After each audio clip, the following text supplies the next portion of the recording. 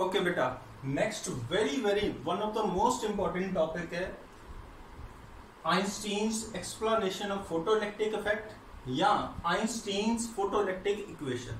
ये हम ड्राइव करने जा रहे हैं एक रिलेशन मैथमेटिकली जो हमने अभी तक स्टडी किया है, ग्राफिकली भी जो स्टडी किया है फोटोइलेक्ट्रिक इफेक्ट को एक्सपेरिमेंटली, उसको मैथमेटिकली एक्सप्लेनेशन करी थी आइंस्टीन ने। कैसे करी थी बेटे, ध्यान से देखते जाओ। इसके जो इंपॉर्टेंट पॉइंट्स थे, इन्होंने आइंस्टीन ने क्या सोच के करा। पहला पॉइंट क्या था, Einstein explain the photoelectric effect on the basis of Planck's quantum theory.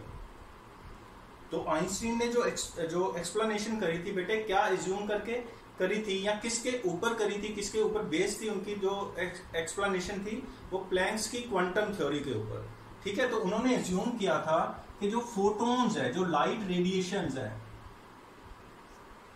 Photons वो पार्टिकल हैं, वो पार्टिकल की तरह बिहेव करते हैं या इन्हें हम क्वांटास बोलते हैं। ठीक है, मतलब जो लाइट रेडिएशंस हैं बेटा, ये जो लाइट रेडिएशन इंसिडेंट करी है, एक्चुअली ये पार्टिकल्स है जो इंसिडेंट करे हैं। वो कौन से पार्टिकल्स है? फोटॉन्स। क्लियर? तो प्लैंक्स क्वांटम थ्योरी यही है। हमारे सिलेबस में इसका कोई ज्यादा नहीं है, बस इतना याद रखना कि ये छोटे छोटे पार्टिकल्स की तरह है। रेडिएशन का ड्यूअल करैक्टर है। ड्यूअल का मतलब वो वेव की तरह भी है, पार्टिकल की तरह भी। पार्टिकल कौन से? फोटॉन्स। क्लियर? सेकंड क्या था, हर फोटोन की, each photon has energy equal to H nu and momentum h by lambda. Clear? हर फोटोन का जो मोमेंटम होता है, each photon carry energy equal to H nu and momentum h by lambda. Second, third part कहता है according to Einstein each photon supply its energy to a single electron through elastic collision. अब देखो, अगर ये particle है बेटा, तो यहाँ पे कोई इलेक्ट्रॉन है, तो वो भी पार्टिकल है, तो पार्टिकल क्या करेंगे? कोलाइड करेंगे। कोलाइड जो कोलिजन होता है वो कौन सा कोलिजन होगा बेटे? Elastic collision. तो आपको पता होना चाहिए कि इलास्टिक कोलिजन में क्या होता है कि सारी की सारी एनर्जी जो फोटोन की वो at once transfer to the electron. वो सारी की सारी अपनी कंप्लीट एनर्जी किसको ट्रांसफर करता है? इलेक्ट्रॉन को। अब जब इलेक्ट्रॉन को ये एनर्जी मिली तो क्या होगा? इलेक्ट्रॉन क्या उसी समय निकल जाएगा? देखो क्या होता है, क्या ये एनर्जी जो फोटोन आ रहा है, क्या ये निकाल पाएगा उस इलेक्ट्रॉन को? ये डिपेंड करता है मेटल के वर्क फंक्शन के ऊपर। वर्क फंक्शन क्या होता था? Minimum energy required to eject an electron to emit an electron from the metal surface.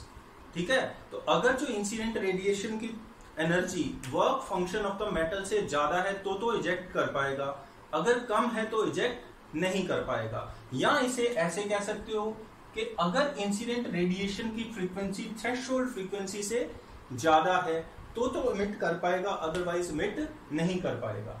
Clear है? तो इसका फोर्थ पॉइंट सबसे इंपॉर्टेंट है, उसको देखो बेटा।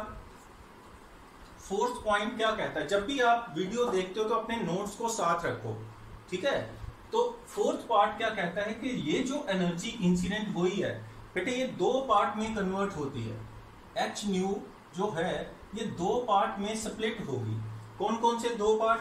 ये एनर्जी क्या करेगी? To free electron from work function, मतलब some part of energy H nu का कुछ पार्ट वो किसमें जाएगा बेटे? इलेक्ट्रॉन को फ्री करने में।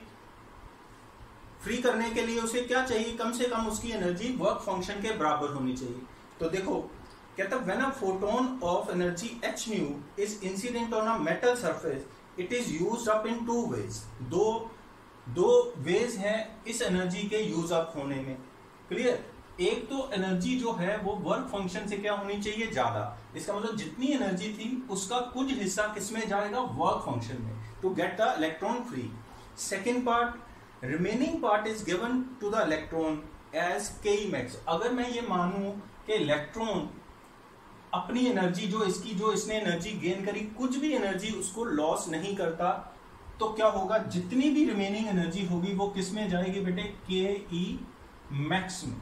जितनी भी एनर्जी रिमेनिंग, जैसे मानो 10 इलेक्ट्रॉन वोल्ट एनर्जी आई, वर्क फंक्शन 2 इलेक्ट्रॉन वोल्ट है, तो 10 में से 2 तो किस में जाएगी, वर्क फंक्शन में। रिमेनिंग 8 इलेक्ट्रॉन वोल्ट किस में जाएगी बेटे, के ई मैक्स में, के ई मैक्स में।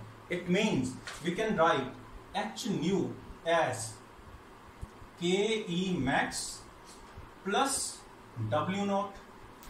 Clear, very very important equation, ये आपको आनी चाहिए कि जो टोटल एनर्जी थी एच न्यू वो किसमें स्प्लिट होगी बेटे, के ई मैक्स और डब्ल्यू नॉट में। क्लियर, अगर मैं ये कहूं कि if nu equal to nu naught क्या होती थी, क्या बताया था, थ्रेशहोल्ड फ्रीक्वेंसी। अगर न्यू नॉट जो इंसिडेंट फ्रीक्वेंसी है उसकी फ्रीक्वेंसी थ्रेशहोल्ड के ही बराबर हो तो क्या होगा, जो के ई मैक्स क्या होगी बेटे, 0।